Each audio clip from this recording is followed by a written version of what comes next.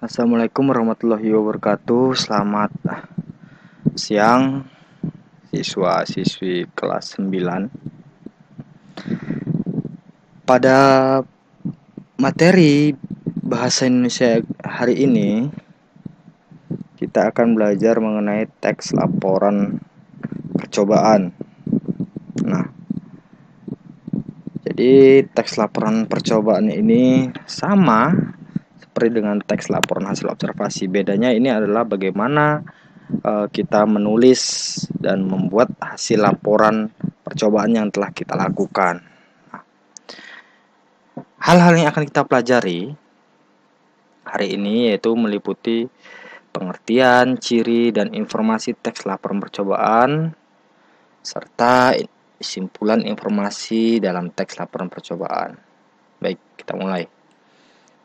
Yang pertama, kita masuk dulu pengertian dari teks laporan percobaan. Nah, teks laporan percobaan atau istilah lainnya eksperimen merupakan teks paparan data yang secara terperinci berdasarkan hasil praktik, pengamatan, dan penelitian yang telah dilakukan sebelumnya. Jadi, teks laporan hasil percobaannya adalah laporan secara tertulisnya.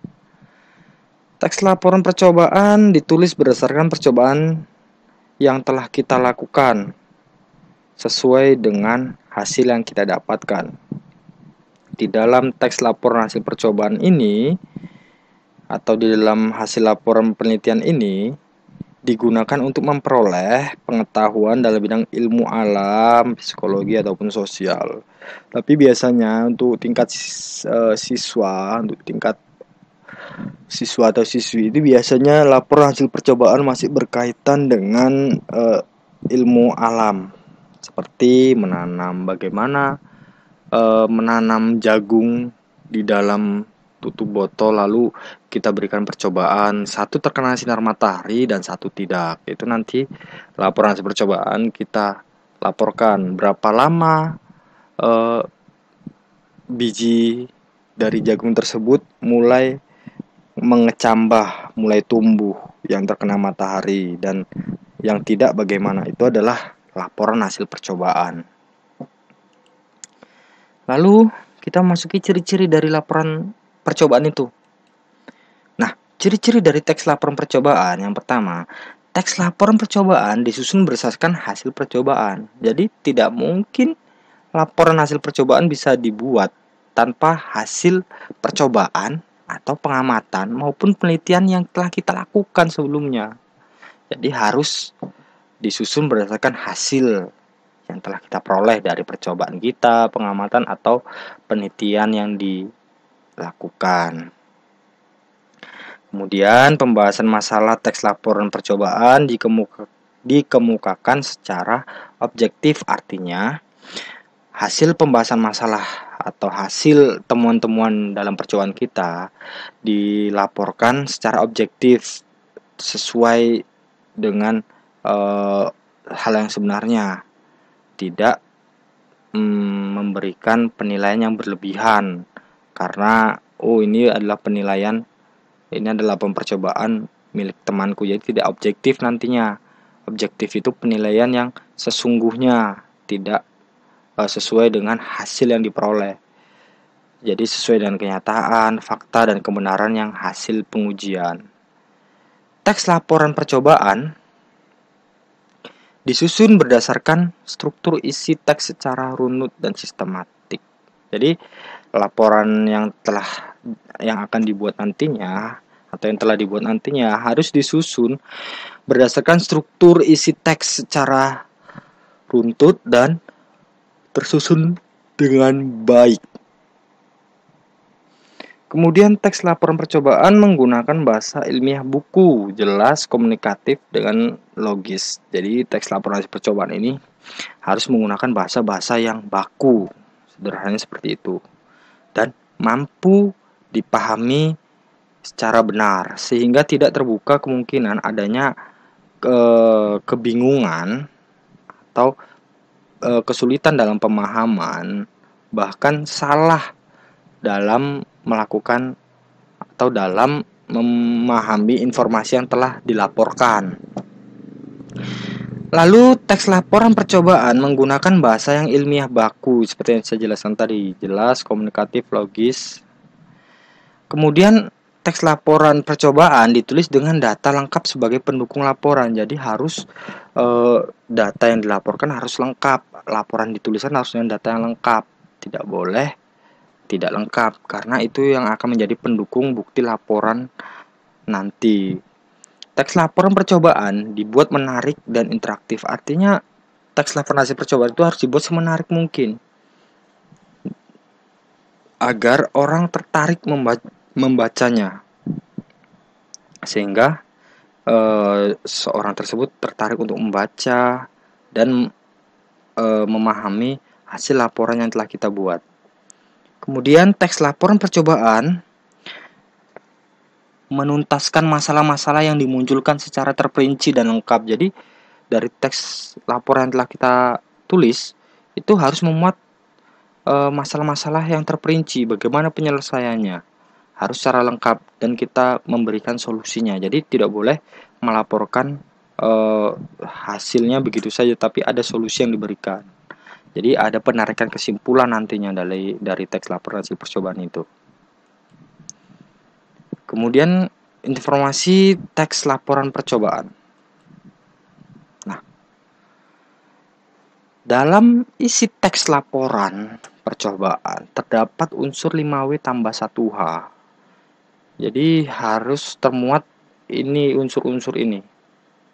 Yang pertama, apa judul yang akan dibuat dan apa objek percobaan, alat bahan yang akan kita gunakan dan apa simpulan atau hasilnya begitu. Lalu siapa yang melakukannya? Yang melakukan percobaan tersebut siapa? Kemudian mengapa? Nah, kenapa percobaan tersebut dilakukan? Tujuannya untuk apa? Tujuan dari percobaan yang dilakukan tersebut untuk apa? Kemudian when, kapan, waktu percobaannya berapa lama? Berapa lama waktu eksperimen yang telah dilakukan? Kemudian where, di mana, tempat percobaan. Jadi tempat percobaan itu di mana? Apakah menggunakan botol plastik atau percobaan dilakukan di tempat terbuka, satu lagi di tempat tertutup yang tidak terkena sinar matahari, dan satu lagi terkena sinar matahari, seperti itu. Lalu bagaimana? Nah, pada bagian how ini atau bagaimana itu berisikan langkah-langkah percobaan yang telah dilakukan, dijelaskan secara bertahap dengan menggunakan poin-poin seperti 1, langkah pertama, langkah kedua, secara urut dan sistematis. Tidak boleh nanti menjelaskan acak. Jadi tahapan-tahapannya harus terurut. Lalu kita memasuki simpulan informasi dalam teks laporan percobaan. Nah, dalam membuat simpulan informasi dalam teks laporan percobaan ini, yang pertama, kita tentukan informasi yang akan kita buat. Yang pertama, apa judul laporan percobaan tersebut? Lalu, apa laporan percobaan tersebut? Jadi, judulnya apa, kemudian laporan percobaan tersebut tentang apa? Lalu apa saja alat dan bahan yang digunakan dalam laporan itu kita tuliskan. Alat dan bahan yang dipergunakan dalam laporan tersebut.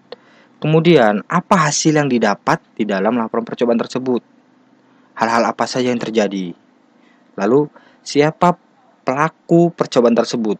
Siapa, apakah secara individu atau kelompok. Kemudian mengapa percobaan tersebut dilakukan. Tujuannya untuk apa. Yang seperti yang saya jelaskan tadi, tujuan percobaan dilakukan untuk apa, untuk melihat apa, untuk menguji apa misalnya. Kemudian kapan pelaksanaan laporan tersebut. Jadi kapan laporan percobaan tersebut dilaksanakan. Jadi percobaan tersebut kapan dilakukan dan kapan dilaksanakan, pada tanggal berapa dan tahun berapa. Lalu di mana percobaan tersebut dilaksanakan. Lalu bagaimanakah langkah-langkah percobaan tersebut? Jadi di sini sama seperti tadi ya, menjelaskan urutan secara terurut. secara terurut dan sistematis. Nah, setelah ini kita akan memasuki ke materi selanjutnya. Tadi kan ini bagaimana menemukan informasi, menentukan informasi dalam teks laporan percobaan.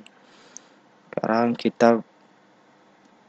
bagaimana kita melakukan penyimpulan informasi teks laporan percobaan. Yang pertama, setelah kalian memperoleh sebuah teks laporan hasil percobaan, hal yang pertama kalian lakukan adalah baca teks tersebut dengan seksama, artinya dengan penuh konsentrasi. Lalu kemudian catat informasi-informasi yang terdapat dalam laporan teks hasil percobaan tersebut. Ingat, unsur yang paling penting dalam teks laporan hasil percobaan itu, informasi pentingnya ada pada unsur 5W tambah 1H. Lalu, yang ketiga, dari informasi-informasi yang telah kita catat tadi, kita dapat membuat simpulan. Apa hasil dari percobaan yang telah kita baca tadi. Kemudian kita dapat menuliskannya dengan bahasa kita sendiri, dengan gaya bahasa yang kita sendiri, tentunya dengan bahasa yang baik, dengan bahasa Indonesia yang baik dan komunikatif, artinya dengan bahasa yang mampu orang pahami dan mengerti. Sekian materi kita kali ini. Wassalamualaikum warahmatullahi wabarakatuh.